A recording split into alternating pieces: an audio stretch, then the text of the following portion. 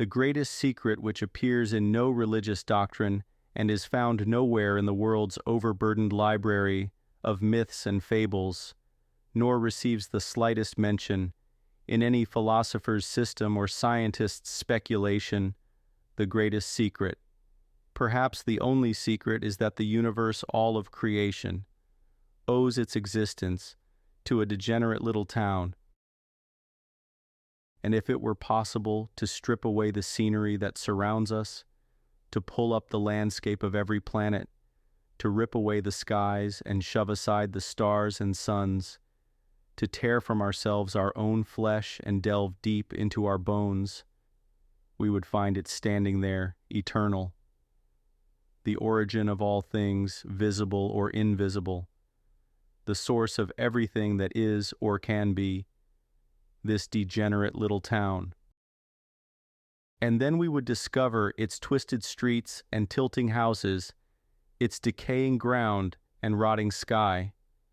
And with our own eyes we would see the diseased faces peeking from grimy windows. Then we would realize why it is such a secret, the greatest and most vile secret, this degenerate little town where everything began, and from whose core of corruption everything seeps out. From the beginning, if there was a beginning, this degenerate little town has become ever more degenerate, its streets more twisted, its houses more tilting, its ground more decayed, its sky more rotten. Those faces behind ever more grimy windows have become ever more diseased, and in the end, but there can never be an end for this degenerate little town. No more than an end will ever come for the worlds that have seeped out of it, for everything we can know is degenerate from the beginning. Everything becomes more twisted and tilting, more diseased and decayed, rotting from the very sky. This is the law of things, if there can be any law, in a universe that has its source and origin in a degenerate little town, which has been degenerate from the beginning. If there was a beginning and will go on with its degeneration, its ceaseless twisting and tilting, its disease and decay, its infinite shades of rottenness, forever and without end, we cannot help but wonder, in our most perverse moments, what it would be like to inhabit this degenerate little town, where the sky is forever dripping its rottenness like rain, to be among those faces that are diseased faces, eternally diseased faces, eternally peeking through the glass of grimy windows and out into twisted streets, lined with tilting houses in a town that is forever degenerating and will be degenerating forever. We cannot help but wonder, in our most perverse moments, as we look through bleary eyes and see the stars that seem to form so many twisting roads through the blackness,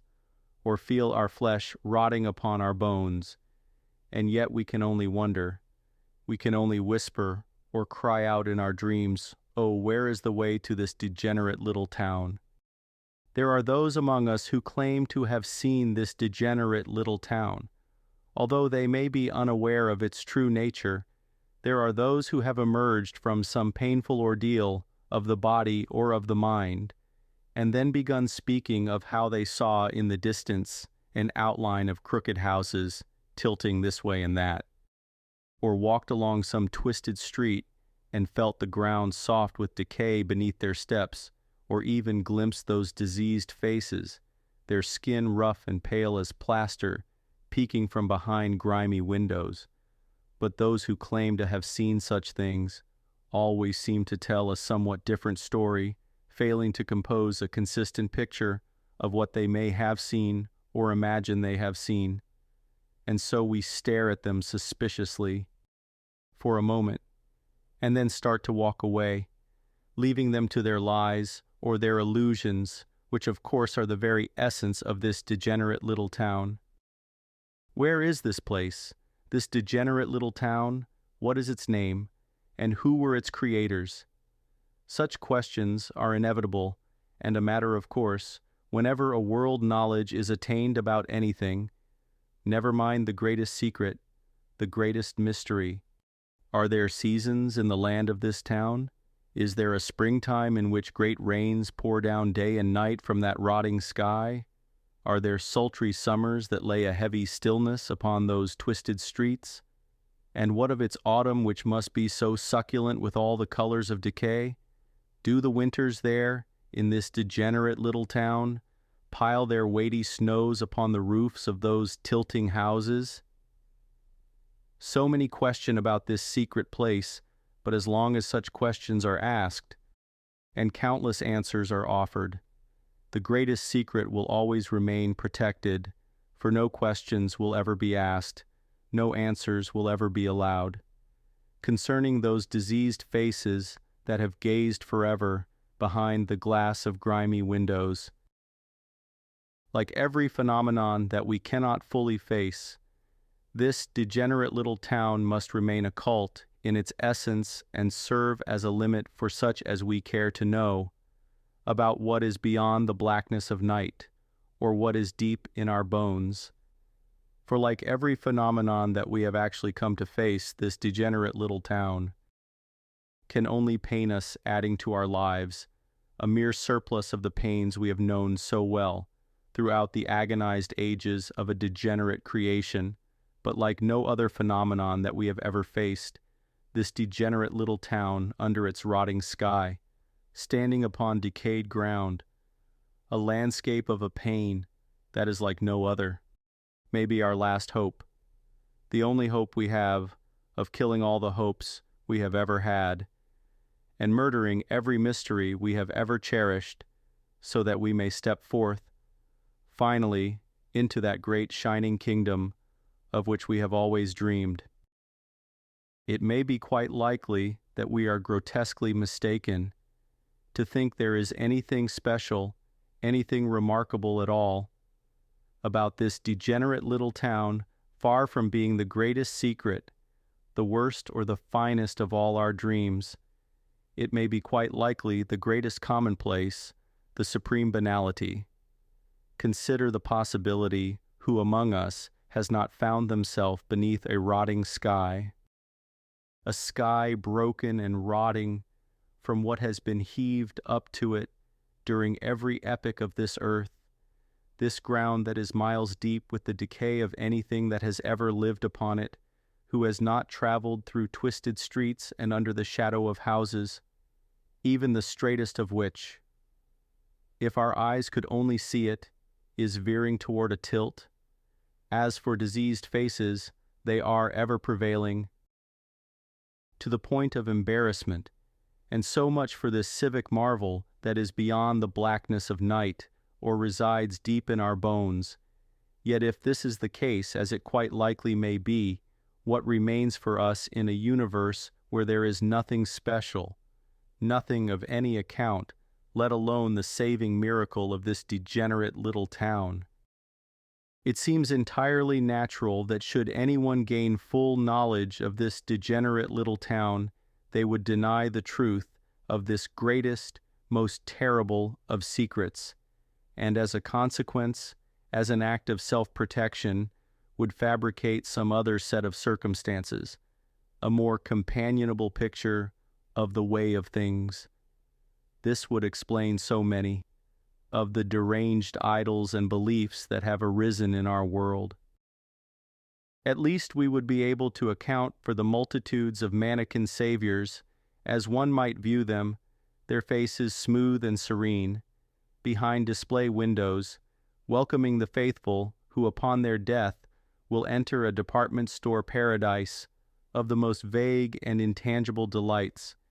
and some mention must be made of what might be called the sect of the puppet lands, whose highly deranged adherents posit a transcendent universe of infinite and harmless antics that are imperfectly mirrored in the chaos and crises of our own world, which in any case will end nicely when the great puppet play is concluded in a sweet bedtime of slumber until the next show begins. Yet who would begrudge anyone the denials or alternate renderings of the twisted streets and tilting houses, the diseased faces and grimy windows of this degenerate little town, which itself seems so perfectly bleak. So in tune with the world, we know forever inclined to ever greater degeneracy, that even the few enlightened ones among us sometimes doubt it to be real. We sometimes imagine that we have heard voices, strange and harsh voices, faintly calling from beyond the blackness of night, or from deep in our bones, and even if there are no actual words, no actual language we know in which the voices speak, still there is a terrible understanding delivered into our world that only a few may comprehend, and none would desire for this understanding. This message of strange, harsh voices from beyond the blackness of night, or from deep in our bones, declares that this degenerate little town, that greatest of secrets, is only a facade or a mirage, a picturesque lie or illusion in the guise of twisted streets and tilting houses. All the rottenness and disease which we sense as the source of all the things we know or can ever know, when in fact there is something else altogether, something which none could comprehend, or desire to comprehend, yet which they cannot fail to hear. When it slips through the sounds of those strange and harsh voices, when it drifts through, during the briefest moments of silence, and from beyond the blackness of night, or from deep in our bones, comes forth as the hollow resonance of a most dismal laughter. Even though there is no evidence that a degenerate little town forms the greatest secret and is the source of all the things we know, its truth and its existence remain assured, and there do seem to be certain indications, certain aspects and elements of our lives that in no uncertain terms inform us of one fact. Sooner or later we will find ourselves in this degenerate little town, whether we wish to go there or not, because when the sky begins to darken as if rotting before our eyes, and when our bones begin to change, growing soft with decay, we know that all the ways of our lives have been leading us, and can only lead us to this degenerate little town, and then we may understand that everything around us, everything within us has a direct point of contact to that secret place, that source of all things. Dreams, for instance, the dreams of our sleep, wherein every mind is destined to go twisted and tilting into lands of swift magic. These dreams alone would make the case if any were needed in the way of evidence. These dreams alone would put us in close view of those grimy windows behind which diseased faces peek out through the glass, as if they are waiting for everyone sooner or later to enter their little town.